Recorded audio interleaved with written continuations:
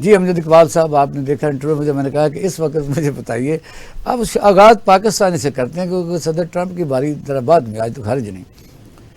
یہ جو پرتگال ہے تو دوبارہ وہ کون لوگ جا رہے ہیں پاکستان کی دولت لوٹ لاٹ کے، اتنا حوصلہ، اور وزیر دفاع کا بیان، حکومت کی پالیسی کیا ہے.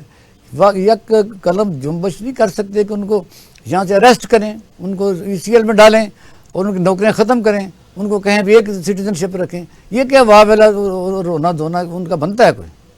بالکل نہیں بنتا. اقبال شاہ صاحب، آپ نے درست کہا کہ کسی بھی ذمہ دار عہدے کے اوپر جس کو بھی آپ لگاتے ہیں اس کی نیشنلٹی صرف پاکستان کی ہی ہونی چاہیے. اسی کو آپ کسی ذمہ دار عہدے پر لگا سکتے ہیں، اسی کو آپ اپنے جو قومی راز ہیں دے سکتے ہیں کہ کل کو وہ کسی اور ملک کا نیشنل ہو، اس کا بھی وفادار ہوگا نا جی وہ، تو وہ آپ کی وہاں پہ جا سکتی ہیں. یہ جو انفارمیشن ہے وہ لیک ہو سکتی ہے، اور نقصان بھی ہوا ماضی میں. ایسے بہت سے واقعات ہمیں ملتے ہیں جن کی وجہ سے یہ ہوا. لیکن اس کے ساتھ ساتھ ہمیں ایک چیز اور، ساری چیز کو ہم اگر تھوڑا سا الگ الگ کر کے دیکھیں. جب ہم پرتگال کی بات کرتے ہیں تو پرتگال نے یہ آج نہیں بہت عرصہ پہلے سے وہاں پہ نیشنلٹی اناؤنس کر رکھی ہے کہ وہ آئیں ہمارے ملک میں سرمایہ کاری کریں اور یہاں پہ نیشنلٹی لیں.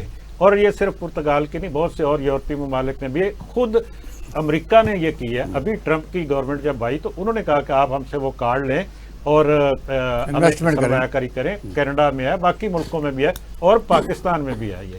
یہ بات ذہن میں رکھیے گا. لیکن پاکستان میں کیا ہے؟ پاکستان میں بھی یہاں پہ آئیں، سرمایہ کاری کریں، ہمارے پاس رہیں، ہم آپ کو سہولیات دیتے ہیں ہر طرح کی. ہم کیا یہ کوشش کر رہے ہیں جتنی بھی کہ یہاں پہ بیرونی سرمایہ کاری آئے پاکستان میں. یہ تمام ملکوں کے اندر ہوتا ہے. لیکن اس میں ایک تفریق ہمیں کرنی چاہیے. وہ یہ ہے کہ ایک تو جب آپ سرمایہ کاری کرنے کے لیے جاتے ہیں کسی بھی دوسرے ملک میں، ابھی پچھلے دنوں UAE کی آئی تھے، آپ کو پتا کہ وہ کتنے تقریباً 11 ارب ڈالر کی سرمایہ کاری پاکستانیوں کی وہاں پر نکلی تھی. معاملات یہ ہیں کہ کیا آپ کی وہ لیگل انکم ہے جس کو چیک کرنے کی ضرورت ہے. اگر تو آپ لیگل انکم ہے، وہ اس کا ٹیکس پیڈ ہے، آپ اس کو دنیا کے کسی بھی ملک میں لے جا سکتے ہیں. کوئی روک ٹوک نہیں ہے کسی بھی ملک کے قانون کے. برطانیہ میں نہیں ہے، امریکہ میں نہیں ہے، کسی اور ملک میں بھی آپ ایک اپنی آمدنی کا حصہ وہاں پہ دنیا کے کسی بھی ملک میں لے جا سکتے ہیں جو ٹیکس پیڈ ہوتی ہے لیگل. اسی طرح سے پاکستان میں بھی ہے کہ آپ کسی بھی، پاکستانیوں نے کی ہوئی ہے دوسرے ملکوں میں سرمایہ کاری، لیکن چیک کرنے کی ضرورت ہے کیا وہ لیگل انکم ہے. اگر بیوروکریٹس کی ہم بات کرتے ہیں، جس طرح سے آپ نے شروع میں بات کی کہ خواجہ آصف نے یہ بیان کیا کہ ہماری بیوروکریسی، کون سا ایسا بیوروکریٹ ہے جس کی اتنی انکم ہو کہ وہ جا کے پراپرٹیز پرتگال میں خرید سکے. ان کی انویسٹیگیشن ہونی چاہیے، ان کا سارا چیک ہونا چاہیے کہ جی کہ ان کے پاس یہ دولت کہاں سے آئی، اور اس کا احتساب ہونا چاہیے سخت قسم کا. اور یہ کوئی خواجہ صاحب نے جو بات کی ہے یہ کوئی ہوا میں بات نہیں ہے. اب اس کے اوپر گورنمنٹ وضاحتیں کرتی ہے تو کرتی رہے، لیکن یہ بات تو ٹھیک ہی ہے. یہ بات ٹھیک ہے. اس میں اتنے نہ ہوں گے جتنے انہوں نے کہا، لیکن ہیں بہت سارے بیوروکریٹ بھی ہیں، کینیڈا میں ہیں، امریکہ میں ہیں، بہت سارے دوسرے لوگ بھی ہیں، بزنس مین، بلکہ سوئی گیس، OGDCL، ان کے تو 50% سے بھی زیادہ ہیں. جی بہت سارے ہیں، بہت سارے لوگ ہیں جنہوں نے بہت سارے ممالک میں جا کے ان کے چیک کرنا چاہیے کہ ان کی جو انہوں نے بیرون، اسی کو تو کہنے منی لانڈرنگ. یہ ہے کہ ظاہر حکومت جو سٹنگ ہے، کوئی بھی سٹنگ حکومت ہو، وہ ظاہر ایسے معاملات کو تبھی پروسیڈ کر سکتی ہے کہ جب وہ آپ اس میں بالکل نیٹ اینڈ کلین ہو. یہ بات ٹھیک ہے، یہ بات ٹھیک ہے آپ کی کہ وہ خود کلین ہو تو پھر یہ اس طرح کی چیزوں کے اوپر ہاتھ ڈال سکتی ہے. لیکن اگر آپ بیوروکریسی کی بات کریں تو یہ تو حکومت کے اوپر بات نہیں آتی نا. اس کو چاہیے اس کے اوپر سختی کرے.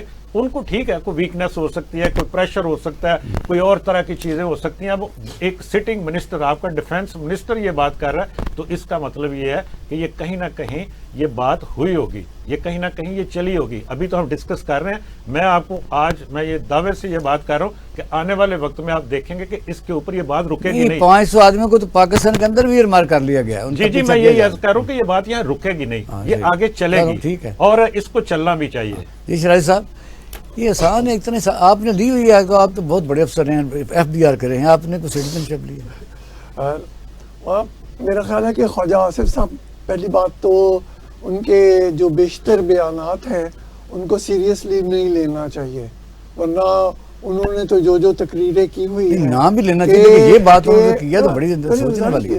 پوری گزارش کر دیجیے گا کہ جو اگر ڈیفینس منسٹر آف پاکستان جس کے ماتحت پاکستان کا سب سے طاقتور ادارہ ہے، تو ان کے پاس تو وہ سب لوگوں نہیں وزیر دفاع ہے، فوج کا وزیر دفاع بھی ہے، کمال ہے، وہی گزارش کی کہ تو جو بھی ہے آرمی چیف اگر- قانونی طور پر اس کے نیچے ہی آتا ہے آئینی طور پر، فیلڈ مارشل بھی ظاہر اسی کا اگر انہوں نے یہ بات کی ہے تو ان کو چاہیے تھا کہ وہ 7 لوگوں کے نام بھی بتا دیتے، وہ 7 ان کی سرمایہ کاری بھی بتا یہ تو دیتے۔ پتہ چلا جو سیالکوٹ اور والا اقبال سنگھیڑا ACR 3 سال لگا رہا وہ ہے، بیچارہ- وہ ہوا یہ ہے کہ جب وہ زیادہ ہی وہ اس نے تماشا بنا لیا، کیونکہ وہ ہر سکیم میں بہت ہیوی یعنی ڈیمانڈ کرتا تھا، اور پھر یہ ہے کہ ایک سکیم نہیں ہے، جو بھی سکیم ہو تو پھر شکایت پنجاب گورنمنٹ پہنچی ہے، اور محترمہ جو وزیر اعلیٰ ہماری ہیں ان کو شکایت پہنچی ہے، اور انہوں نے یہ کہا ہے ان کے آرڈر پر ہی اگر افراد ہوا ہے کہ اگر وہ کرپٹ ہے تو پکڑیں اسے،